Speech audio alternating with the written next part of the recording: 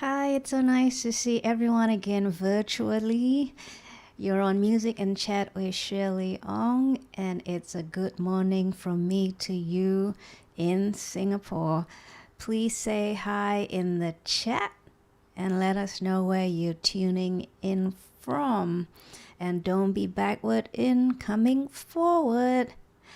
So for those of you who waited patiently at the live stream, I had a little technical glitch there for a second, and we had the clock displayed full screen. But I solved it in the nick of time. So with regards to Singapore, we are still in phase 2, post Singapore's version of the lockdown. And everyone is appreciative of being able to socialize again, but still with social distancing measures in place. As a matter of fact, I am meeting my family for a lunch outing for the very first time today. So I am very excited. We will have masks and we will sit 1 meter to 2 meters apart from each other.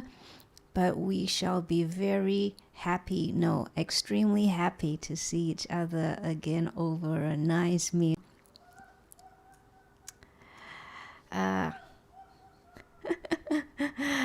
So my mom's in the background practicing her singing like she does every day. My mom is an avid operatic singer. So please say hello again. Oh, here we have my good friend Mike Brunt. He is virtually here with me in Eugene, Oregon. Hi, Mike. So nice to see you. I hope you're doing well. And everybody, please. Oh, I was going to say please, and up pops Tony Fowler, a great friend as well. I have such wonderful friends, and I feel very blessed and very grateful. Tony Fowler, tuning in from Castlemaine, Australia, and that is in the state of Victoria. So again, please put any questions you may have in the live chat, and I shall attend to them as the stream moves along. And as you know, the stream moves along at about 30 seconds to 60 seconds later from where I'm streaming to when you get the stream. So don't hesitate typing in your comments or your questions, because by the time I get them and answer you or respond to you, it would be 1 minute to 2 minutes late, thereabouts. So I'm going to play my piece for you today. It's called Frisson. It's a fairly long movement from my concerto, the one I've been harping about. Let me turn on my theremin cam first.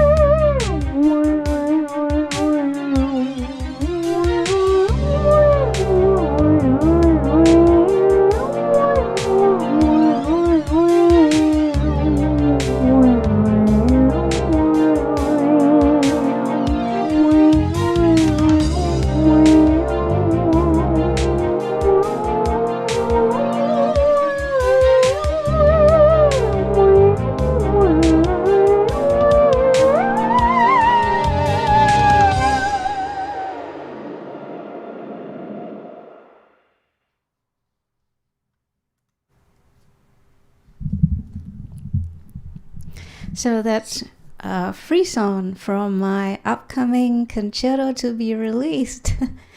So nice to see everybody. There's several virtual bodies I see lurking around. Come on and say hi.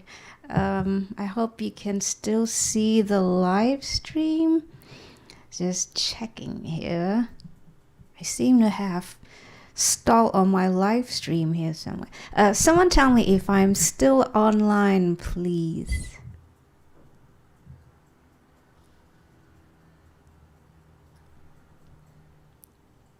Okay, well, I'm waiting for an answer. Let's proceed with the rest of my stream. And I've got something quite interesting to share with you because we have just been given news. Well, fair enough, it's a few months late, but we have been given details of MIDI 2.0. So today's topic is about MIDI, and we're speaking with Scott Berry, our good friend Scott Berry, who is a product support specialist and a keyboard player himself. So we've got lots to chat about.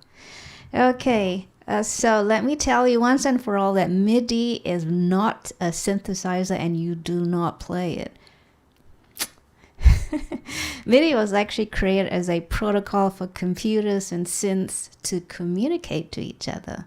In the early 80s, Roland founder Ikutaro Kakehashi and Oberheim Electronics founder Tom Oberheim got together with other manufacturers to address the lack of a universal standard for all machines to talk together. Here is the group. A few members of the group in question that got together, but eventually Sequential Circuits president Dave Smith and their engineer Chet Wood were given the task to devise a universal interface standard, which Smith proposed at the Audio Engineering Society show in 1981. The first MIDI synthesizers were Sequential Circuits Prophet 600 and Roland's Jupiter 6. Here's a picky of, oops, that's the credits. Here's a picky of the Roland Jupiter 6, which found fans in Devo and Human League. And of course, the first drum machine with MIDI being the TR-909, which found a favor with bands such as Daft Punk and Aphex Twins, forever sealing the sound of the 80s, you 80s fans.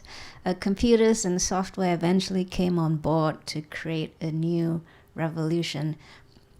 If you recall from speaking to our friend Chris Curiel last week, Michael Jackson's Bad Tour took place just 2 years after the introduction of MIDI, and this enabled our friend Chris to hook up his Synth X MIDI controller to the synclavier, triggering crucial song elements. MIDI has since been used for far more, such as MIDI Show Control, which enables all kinds of live entertainment equipment to communicate with each other. Roland released the first MIDI 2.0 compliant MIDI controller at NAMM this year, and we are most curious to know what it offers. So let's welcome Scott Berry. So let me dial him up on Skype.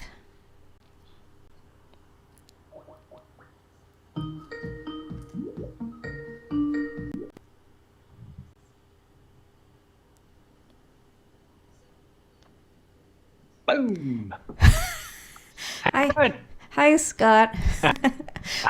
For a moment there, I thought you had your phantom take your place, and I had to speak to your phantom for answers to my questions.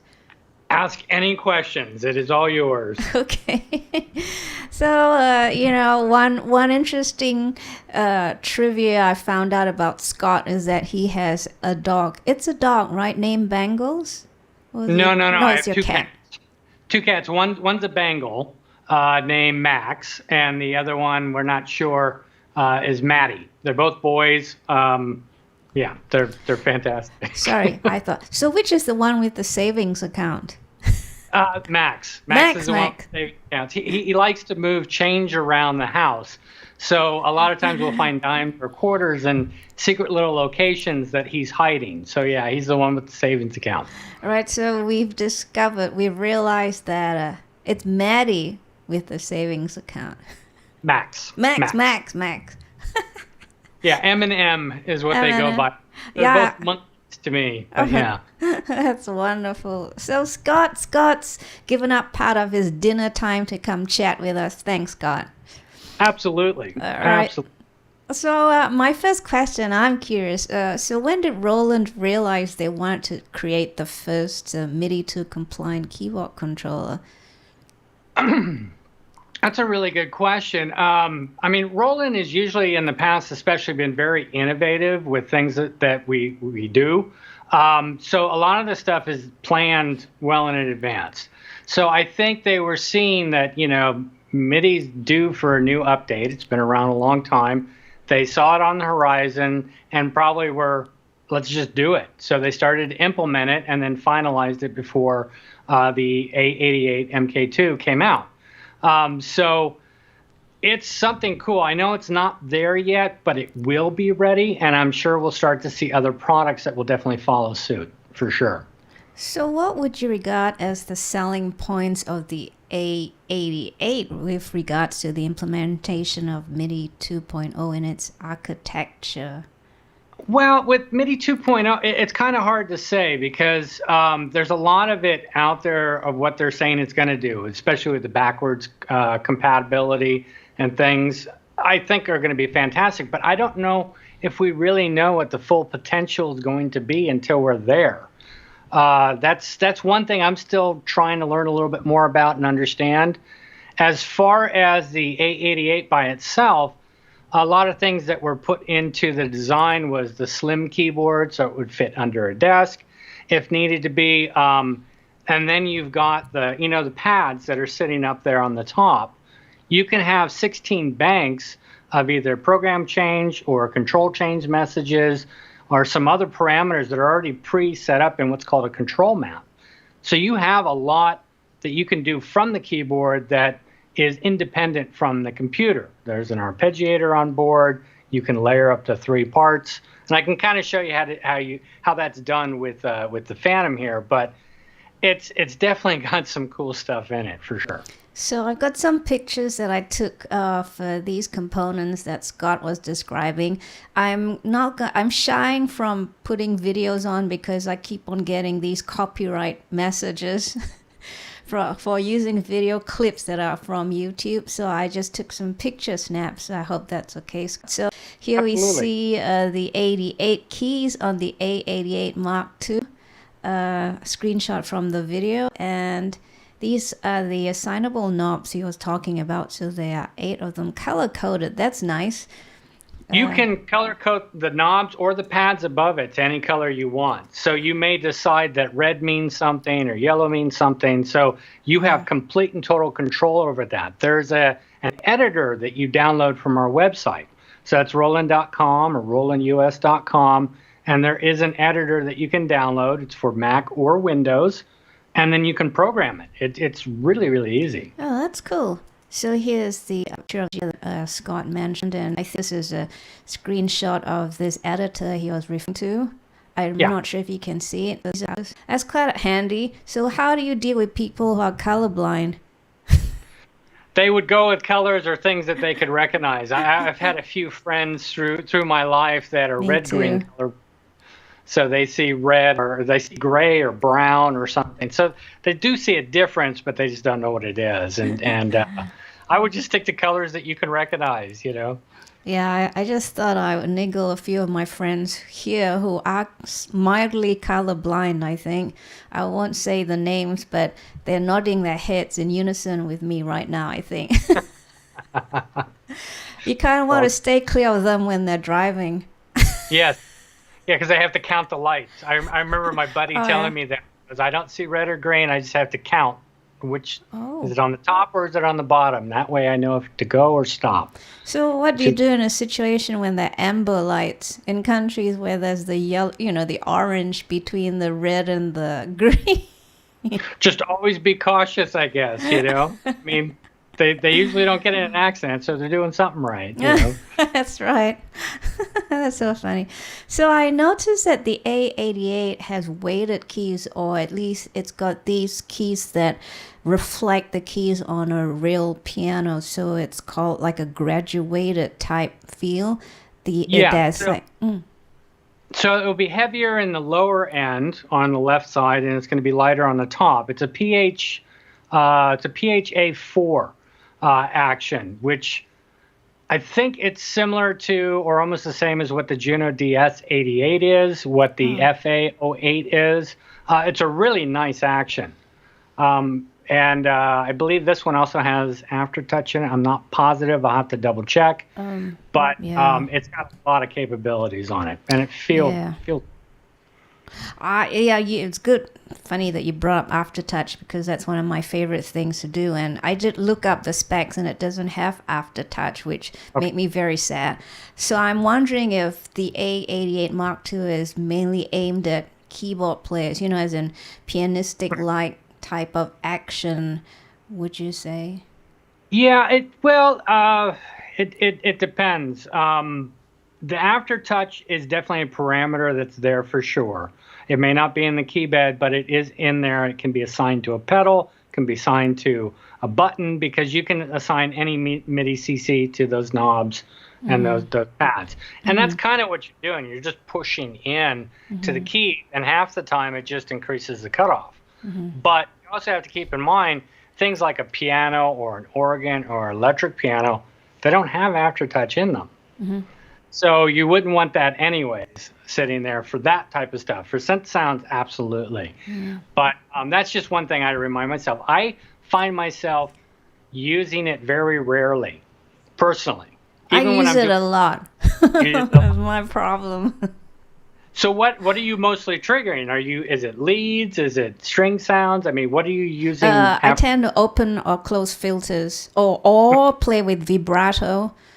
Yes. Yeah, because, with some instruments, synthesizers particularly where there are wheels for pitch bend and modulation, if I've got my hands full with both and I want to trigger something else, unlike using a joystick type controller, which looks like the A88 kind of has its one device for both, working on both axes, where you still have your other fingers that you can use. But in a situation where there are two wheels, I have my hands still free after playing the note where I can, then push down and activate something else. I find that quite useful.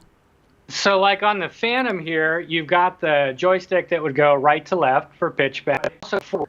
That's how the A88 works, is that if you go forward, that can be assigned to modulation or LFO or something that you want there. But also on the Phantom, you've got the two wheels. So there's two wheels up here as well. So, but yeah, I mean, that's pushing that thing forward is usually common. You pitch bend up and push forward to do that. I've also programmed sounds to where like a vibrato effect comes in after so much time. So if I'm still holding a note, it's automatically going to start to trigger or get faster versus pushing in. Yes, that's a little delay before, like a fade in before the vibrato or the LFO takes effect. Correct. Yes. Correct. Which has worked really well too. Yeah. So I noticed as I zoomed out to where the wheels are on the Phantom that the wheels are actually placed on the top part of the panel. Do you find that kind of a good location? I'm so used to the wheels on the bottom half, than on the top half. Because I'm also a smaller person, right? I'm shorter, so I have shorter arms. So, so it's like reaching forward and then bending over. Okay, everybody. Well, I mean, this can be pitch. It's pretty much set up. It is sprung, so it has a spring in it, where this one's loose. The advantage with having at least this one is there may be an effect that you want that you just want to leave that more open or mid all the way up. So I think that's a good thing. As far as pitch goes, I'm used to the joystick, but I do like the wheel every once in a while. It's not bad. This is just more what I'm used to with other keyboards and all the Rolands that I've had throughout the years, because it's a long time ago. I do like having the two, though, having both the joystick or whatever you call it and the wheels as well. I call it the joystick because that's what it resembles. Yeah, pitch bend, joystick, pitch stick. I've heard a couple different terms. Oh, okay. I go thingamabobby that makes it bend pitch, and I'm good. So, how would you then suggest that the new MIDI 2 specs with the higher resolution, now you have a 16-bit velocity, 32-bit resolution for control parameters, how could we best use this in the A88 then? Well, any software that has that kind of dynamic to it. So some of the first high-resolution MIDI came out in the RD2000. And the difference is, I mean, if you think of a common sampled sound, right? You're switching velocities, you're going to another sample. So like on a piano sample, for instance, the first sample might be the initial strike. The second one is a little bit louder or has a different tonal texture. And you kind of bounce from one to the next to the next. And it's really clean. I mean, it's been pretty seamless. Well, in this high-res kind of resolution, you can get in between those. So if the samples start getting more natural, like, for instance, the V piano that is on the RD2000, the V piano itself, the Phantom is in it, it's a modeled piano. So there's no samples that it's skipping to. So a higher resolution MIDI allows you to get in between. It's going to be more organic. So let's think of it as, you've heard, it's got 3 samples, or velocity switching is 3 or 4. It's going from, let's say, velocity or CC number of 10 to 45 to 90 to 120. Well, now with a higher resolution, you can get in between all that. So it could be a 30 and a 65 and a 105 or something like that. Again, it's just going to bring more out. So as software starts to develop more and become more realistic, this controller is going to allow you to have all those little in-betweens. So it's just an awesome thing. So do you think the MPE multi-dimensional expressive controllers, such as the Roland keyboard, C-board, and the Haken Continuum, for example, do you think they are competitors with the A88 in any way? If someone were to have to consider a MIDI controller, let's say both studio and live, would they then...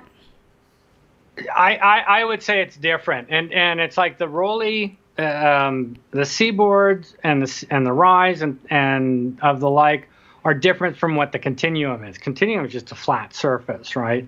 So Roland does that kind of on the top strip and the bottom strip of the platform, but you have some textile features of, you can feel where the keys are. You can feel these bumps and rolls. It's not something that I've been able to sit down and just start doing arpeggiators real easily on a C-board. And on a Continuum, since everything's flat, it's a longer stretch to go octave to octave and things. But I think that, like, the Continuum and the Roland offers things that can be really, really cool, as far as, the being able to slide and push in a little bit deeper and twist. And I just think it's a different product than like what the A88 is, But I'll go back here. I mean, if you look at some of the SWAM stuff that Camelot Audio has been doing with their software, you're getting those types of things that are perfect for the Continuum or the C-board, but we can assign it to a breath controller, you can assign it to a mod wheel or a pitch bend, and start to get these other articulations that are more realistic. I mean, this is kind of what Roland has done with the Supernatural. The Supernatural sounds work off of how you play. So if you have a brass sound and you do a trill, like on a trumpet, it's going to give you the half valve versus just being doot, doot, doot, doot, that's part of the behavior modeling. Well, Swarm is taking that to another level so that it's available to other things. But then to have the other controllers, I don't know. It's just, I think, how cool is it, the time that we live in now, that we've got things like the Continuum and the Seaboard and just regular controllers and the Action. I mean, you have so much at your fingertips to be expressive, and that's really what we want as keyboard players, right? Oh, yeah, very right. We want to be more realistic, because it's like, with a guitar player, who I call 6-note polyphony, because that's all they get, 6 notes. Oh, dear. They can be very expressive, but a lot of times it's a clean sound or a phaser or something and distort it. I know I'm throwing them in a little basket. But for keyboard players, we not only need to be a piano player or an organist, we have to be a full symphony. We have to be able to cover the parts that they can't reproduce on the album. We have to cover backing vocals, whatever. A lot falls under the keyboardist's fingers of what we have to do. So to be able to be more realistic, like a violin or trumpet or brass, that falls under. So any of those things that bring to us to allow us that expression is all the welcome and all the much better. I guess if you had the budget to allow you to have them all, you would have them all, right? Because they each have their own particular speciality, what they're probably best at doing. You wouldn't go to violin to play a piano type line, for example, and vice versa. But being keyboard player, we can pull that off. A guitar player can get a violin type sound. He can even use a bow on the strings. But the guitar player, without using some sort of a guitar synthesizer or a MIDI connection, he's not going to sound like an analog synthesizer. Yes. He's going to sound like a guitar. That's true. So that's just one of those things. So being a keyboard player, we have a lot that we can do. And that is just the coolest. That is pretty awesome, as you would say. So what do you think is the most awesome bit of the A88 Mark II then? Well, there's a lot of things that are really good. I mean, it's under 36 pounds, so it's very portable if you wanted to gig with it. I really like that it's a USB-C, and that can actually power it. Mm-hmm. So just connecting it to a computer, you could do it. The integration for something like MainStage, it's really, really great for that. I would say the thing that I like the most about the A88, not only the feel of it, but being able to have the control map so that I can set up the knobs and the pads to already have pre-stuff that's set up in there. I've got 3 pedal inputs. So if I wanted to have pedals move through sounds or do something, I can easily program that. That I can change colors on it.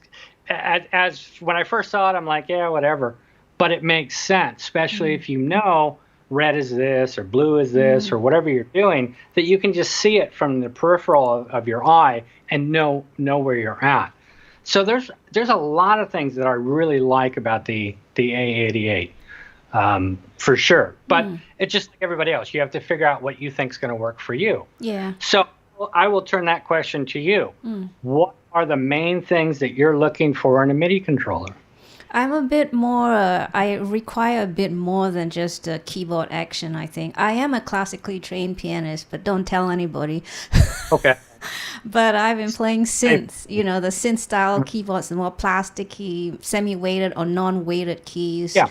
But I want it, proper scale, not the little baby keys. I don't like the baby keys. I hear you. I'm with you. So I think semi-weighted is good for me because I can play pianistic lines, so I can move from there immediately into a synthesizer type line and not feel the burden of tripping over keys because it's fully weighted. But, if I were to play a piano or needing to play a pianistic like sound, it would be nice to have a piano key action. Especially I read somewhere where you have a nice escapement type feel to the keys for the A88. So, most people don't understand what the escapement is, but it's kind of like the dropping of the hammer on a real piano. After you hit the key, the hammer drops. So it's got that feel to it. Yeah. Yeah, it's like it comes down. This is how my buddy Ed always does it. He goes, it's simulating the hammer coming down and then resetting. And if you push lightly into the key, you'll feel it stop. And then if you push down, you'll feel it release. It that feels right.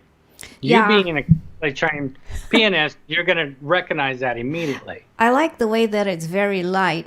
That is, tick. And Yes. I do like the assignable controllers because, as I said, I do use, and you know this because we talked about it. I use MainStage, and I have everything assignable from MainStage, so I don't have to walk back and forth. It looks quite silly when you're playing live to be doing that, but everything under your fingertips is really nice. Speaking of under your fingertips, I looked up the Roland Cloud. That's pretty cool. Can you talk some about it? So Roland Cloud, it's been around for a little bit while, but it's just been re-rolled out. So there's more integration with hardware is one thing that's been added. So there's expansions available for the Phantom, for instance. There's 15 expansions that are free. You can download them directly from the cloud into the keyboard. I'm going to interrupt you quickly. For those who don't know what the Roland Clout is, it's cloud-based soft synths, and it's supposed to have a bunch, at least 50 legacy Roland sounds, right? Sounds from Roland instruments in the past. So you get your Jupiter 6, your Juno 60, and so on and so forth. Even the drum sounds, the drum machine sounds, So please. TR-808, TR-909, Jupiter 8, Juno 106, D50, some classic sounds, XV5080. There's a lot of individual that can actually be purchased by themselves, or you can use it through the cloud. So the cloud's a subscription service, and you can sign up for a free account just to check it out. Or you can do the I think there's 3 tiers. One's, this much a month, that much a month, or you can just pay for it outright. But when you first come in, you have access to what's called the ultimate plan. So you have access to everything, even just to check it out. Okay. And I would recommend checking it out because I think you guys will be blown away with how good this stuff sounds. And then the newest thing is there's a brand new engine that is in the Phantom, that's in the Jupiter X and Jupiter XM. The RD88 is another one, the MCs, and soon to be the Axe Edge, but it's called the Zencore engine. And these sounds will be interchangeable between all of that. So I can program through Zenology, which is on Roland Cloud, and then I can move that patch into the Phantom or the Jupiter X or the RD88 or the Axe Edge or the MC101 or 707. Wow. So not only do I have it in the keyboard form, I also have it in the computer. Programming in the computer might be easier than some of the keyboards, but just to have that to where I could write this killer lead sound on my Phantom and then throw it into my Axe Edge for live, that is awesome. That is just definitely check it out, guys. If you get a chance, go to rolandcloud.com, check it out. I think you'll be really impressed with what's sitting there. I will have a look. I'll have a further look. I had a cursory glance, but I'll have a deeper investigation. So you have a Phantom with you. But I did want to ask you something. Scott plays you play with a band that does Dream Theater stuff, right? A tribute band. Yes, correct. Do you use the Phantom in the band at all? Well, I had this keyboard pre-Phantom before the Phantom came out, and I was part of that band before I started working for Roland. But I've always used an 88 key. Right. Even for the organ stuff, any of the synth stuff, I've always used an 88 key for. Oh, I had a question about the A80. It had a 49 key version, didn't it, with the D-beam? Am I right? Was that are you thinking of the RD64? There was an RD64, which is a 64-key weighted action that looked very similar to the A88 as far as it being slimline. Is that the one? I thought it was a 49-key version. There has never been something like that? There's the A Pro series, which has a 25-key, a 49, and a 61. And they're all action. And that's the A500, which is the 49, the A800 is the 61, and the A300 is the 25. I see. Will you have a 49-key version with a slightly different key action? I don't know. I would say it would probably be synth action if it's going to be anything, or semi-weighted for 49. did do the 64 key, which was the RD64 that was weighted. Yeah. And of course, everybody figured it out that they wanted it after it went through its life cycle and was being discontinued. Got it. Yeah. Yeah, That was a really cool piece. Yeah. So anyone with questions, please put it in the live chat. But for now, I want to see what Scott's prepared for us with his Phantom demo. I love the Phantom. I like that. I've never had one, maybe one day, but I like how the front panel has both the assignable controllers on one side and the synthesis controls on the other side. Everything is right there for you to get to immediately. That's something that I would use. Over to you, Scott. Yeah, so I'll kind of give you guys a little bit of a view, and I'll just go through some of the layouts that are on this. On the left side here, you've got the individual zones and the levels. So this would be, the volume levels with the sliders. These buttons being on or off are basically layering. So as far as getting into the views or the zone views, let me give you a better view here. This might help. Okay.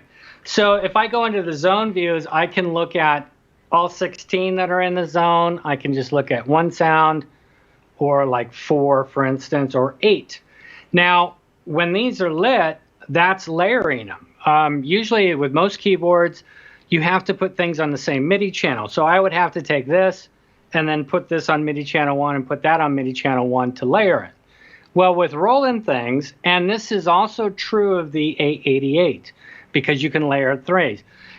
It doesn't matter what MIDI channel they're on. It automatically will layer the second that this button's turned on. The A88 does the same thing with the buttons. You can layer up to 3 parts. Doesn't matter what MIDI channels are on. It will just automatically just layer them up. So that shows you how simple that is to do. And then again, like I said, with the volume knobs, you get instant feedback of what's happening. Now, if I want to change which sound I want to edit, I can just use this button up here, or I can touch the screen because it's a touch screen. So that's just basic on this side. But check this out. I'll go ahead and turn these off, go back into the zone view, and we'll just look at the 1. Over here, I've got dedicated knobs. This is for the oscillator section. This is the filter. You can see those knobs are picking it up. And then there's the amp envelope. If I turn a knob, I can immediately go in and just change PCM, virtual analog, PCM sync. I can hit the parameter button and go right into the screen to edit it without digging through menus. I can do the same thing with the filter. And the filter's kind of cool because you can actually draw on the screen. So I can draw whatever form that I want with that, change the filter type, and the same thing with the amp envelope. I can easily change just by touching it or moving the knobs around and changing it. So this is just really, really cool on that end. Over here in the pads, these can be sample pads. These pads can be used to control, for instance, I'll give you an idea, sequencer type stuff. So if I go shift, pad mode, I can now move around, and I think you'll notice, can you see these? Yeah. That this is red, and that's yellow. That's corresponding to that. And if I move over, just went this. So these are individual patterns that are sitting in here. And it gives me the option to also mute them if I just kind of hold down the pads for a second. Or actually, I hold them here. I can mute them out, and then I can just hit play, and I can start bringing things in.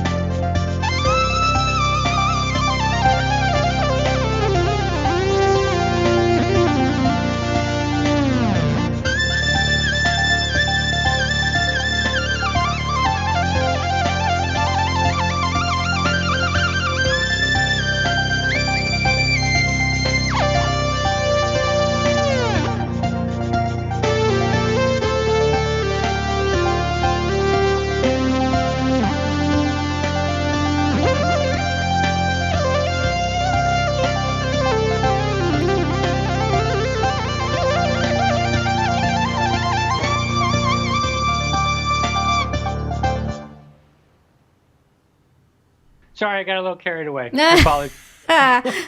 No, you have all right to get carried away.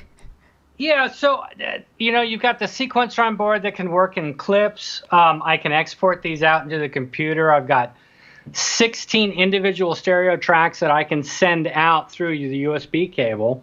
That's pretty amazing. So if you had anything that was a bigger, I'll give you an example, pattern. You can see this one's all over the place. So I could individually track those out to a DAW or do anything of the like. I can send it as a MIDI. I can sample it. That's just kind of like a quick overview of what's happening. Now, also keep in mind the amount of sounds that are in this. With the Roland Cloud, I've got over almost 9,000 sounds sitting in this Phantom. So it's a lot of power to go through. But yeah, sorry, I kind of went off. Oh, no, that was fascinating for me because I was just thinking, so the Phantom is almost like a workstation with a synthesis engine as well. I used to be a Kurzweil person, and I still am, but I've gone soft synth for ease of for portability more than anything else. And the Kurzweil had all that as well, was a workstation as well as had a lot of power. Products are great. That vast engine is amazing.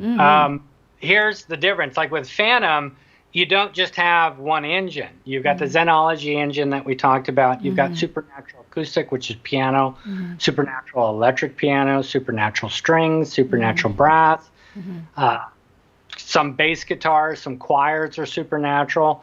So the advantage with Supernatural is that it's more behavior. It's going to different depending on how you touch it versus it just same sound. So yeah, it's I as MIDI 2.0 came out, I thought fair enough that high resolution and various other things, but I've never really needed more than MIDI 1.0 specs. I get that. I totally get It's that. kind of nice having that bi-directional thing, but I'm so used to just plugging in my own stuff anyway.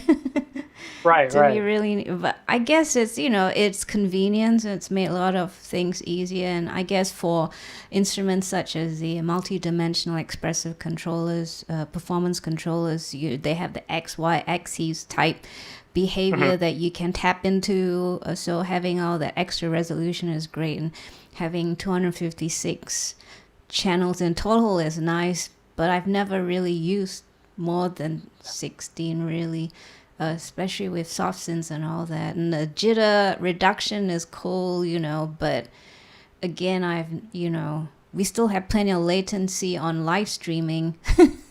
Yeah. Well, I mean, there's some things that have changed. There's an app, because it's like even with Skype or any of the live streaming we do, the video quality is pretty good and sometimes really good. The latency is, okay, but there's really nothing out there that's giving you fantastic sound quality. I have no idea with what I just played how well it came across. It came across really well. Thank you very much. Thank you. Yeah. But there's an app out there that you can put at the end of your DAW called Listen To. It's by a company called Audio Movers. And what's cool about this is that I can put it at the end chain of whatever DAW I'm using, let's say Logic, for instance, and then I can send you a link to a website or a web page, or have you have a receiver in Logic, and you will hear it at the exact same time that I'm playing it in the level quality of 16-bit, 24-bit. It's pretty amazing. And I've been trying to integrate it into live streaming so that the keyboards and everything come out a little bit better. But look into it. Audio Movers, and it's called Listen To, as one word. Thanks, Scott. That's valuable information. Absolutely. I knew I'd get something valuable out of you today. Thank you. So, quite curious about feedback you might have gotten since NAMM this year on the A88 Mark II. So far, really great. I want to say one of my colleagues, Mark Watson, who's in Australia, Roland, Australia. Oh, nice.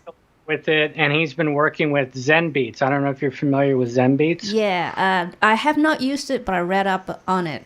So it's like a beat making. Yeah, it's almost like a little DAW, and you can it's on Android, it's on iOS devices, computers, Windows, Macs.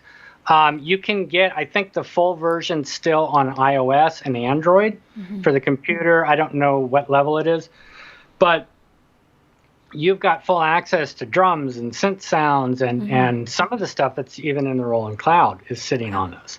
And eventually we might see some integration. We'll see. But yeah, the Zen Beats is cool. Definitely check that one out. Roland Cloud is cool. Check that out. The 888 feedback has been great so far. I mean, I did a search real quick before I came on to see who had it. And there was a few retailers that had it, but a lot of them were saying more coming soon or one left. Wow. So, so they're definitely moving. I can see it as a good staple in a studio. You know, I like that it has that little portion where you have assignable controllers. I can't remember what model it was called. It was a Yamaha OX1? It was a Amlan-based mixer, but it had... Sorry? Was it a KX1 or is it OX? I thought it was OX1. I could search, but I won't. You people search. Everyone else out there, please search. You go. You're my minions today. I think it could have been OX1, but you know, it had the HUI, like human user interface idea. That was really neat. So having, you know, if the 888 Mark II were a staple in my home studio, I could see that useful with the controllers, the assignable controllers taking some of that HUI duty. Right. And the keyboard giving me that pianistic key action. And being able, and having it MIDI 2.0 already would be a good, you know, thing to have to start building ahead of other MIDI 2.0 gadgets or equipment. Yeah, for sure. I could see that happening. Well, it's, and keep in mind too, you know, the 888 is great for main stage, or you could even use Roland Cloud synths coming in through main stage and set those up. I think having that option to have the higher resolution is good to have when you want it. It may not be what you want all the time. I mean, if you had an analog synth sound that you were using, you're not going to want velocity sensitivity because that's not true to, you know, a Jupiter 8 minimum. Yeah, you're not going to want some of that stuff. But if you've got a really, really high-end acoustic piano software that you're using or something, you may want that higher resolution. Or if you're programming for orchestra sounds or have, you know, huge libraries of east-west or something, you may want those higher resolutions. So I would prefer to have the feature there or not use it than to not have that option. So Roland's thinking ahead. They're trying to make it obsolete proof, which is one of the things we talked about with the Phantom, is they're trying to make it obsolete proof so that it can last for many, many years, you know. Right? What are the synthesis opportunities available on the Phantom? Because I notice a lot of synth makers are going into these, and we have subtractive and FM and additive and all, you know, they're kind of, it kind of harkens back to what the Synclavier did. It had, you know, a couple or three different synthesis methods that you could use in combination. So here, I'll do a close-up of the screen here. This sound. This is a sound effect. Let me try and find something else. Pulsating synth pad. Okay, so we have a synth pad sound. And if I just touch over here the parameters for the oscillator, I can see the oscillator parameters, or I can turn the knob and see what the options are. So you've got PCM, so sample-based. You have VA, which is virtual analog. You have PCM sync. Super saw, which is a Roland thing to be able to layer 7 saw waves. Noise. So depending on which sound it is and what's going on, these are the availability. If I change it to a PCM, for instance, and then go into the parameters, if I go into here, you start to see all these different waveforms. These are all sampled waveforms. If I go into the oscillator type and I change it to a virtual analog, and then I change this, notice how it's limited. Saw, square, triangle, sine, ramp. That's it. So it really depends on where the engine is, where you start to get the end result of whatever you're looking for. Like I wouldn't pull up a virtual analog to come up with a piano sound. So you would expect your user to really go in and get their hands dirty then. You know, there's a group of people I know who shop based on how great it sounds, and that's all they want out of their synth, you know what I'm saying? Whereas the rest of us would go and say, well, what else can I do with it? Well, there's that. There was a great interview with Greg Philaganes on Sweetwater, where that guy's an amazing player. I mean, just absolutely amazing. Anything he touches is amazing. And the question was asked, how many sounds do you make your own sound? He pretty much just plays presets. And this is his philosophy behind it. Yeah. If they spent the time to put that sound together, they thought it was important enough to put it in the keyboard, I'm going to play. I don't need to tweak it. I don't need to make it my own. Because a lot of guys out there, they'll make it their own just by changing the attack or changing the cuff a little, and they're like, this is my sound now. Hey, that's fine. There's nothing wrong with that. But a lot of times, presets are either a great place to start or they're perfect as they are. And one of the things with the Phantom, if I go back into this sound and I just want to look at what's available in the category, I just push the button and you can start seeing there's 31 pages here of just synth pad strings. Wow. There's 6 pages, 22 pages of synth poly keys. And I can move through all the sounds just by this knob. I can touch screen them. I can rate them. In other words, I can star them. 3 stars, great, 2, whatever. But this is just this little category. We're not looking at the whole thing. So as far as going through presets, you got a lot to go through. And then online, when we talked about Roland Cloud, we now have sound packs that are being released like every week. So that's increasing the number of sounds to go through. I don't think people are going to be like, I can't find what I'm looking for because it's going to be there, you know? I hear you. What's the subscription rate for the Roland Cloud, please? Or at least entry level? Entry level, I think, is like $199 or $299. It's low. This and annually or monthly? Monthly. You could pay for the year. That's one of the levels. There's also, you can also just sign up for a free account. And a free account would allow you certain access. If you have any of the Roland products, you kind of have access to use like the expansions or some of the supernatural sounds that you can just download in. Look at it. It wasn't expensive. I think the ultimate plan was under $20 a month, but this access to everything. Or you could decide, you know what, I love the D50, and I love the D50. I may want to just buy it. I buy it, and I don't have anything else I need from there. So I have to do the monthly subscription. But I would at least check it out, dig around, and what piques your interest. So you said the A88 is available now just in short supply with some stores, but due to the current situation. Yeah, I would just do a Google search, Roland A88 MK2 for the Mark II, and see what pops up. Because when I did this search, I saw several companies, and a couple of them were like more on the way. Other ones were like 2 left, 1 left. So if you're looking at it, it might be a really good time to get it for sure. Anyone with questions? I think I'm out of questions. Let's see. Do I have any more questions? No, it's just a pity that you weren't able to get the A88 with you for us to, do a look at and even using it with the cloud, because that would have been very educational and informative.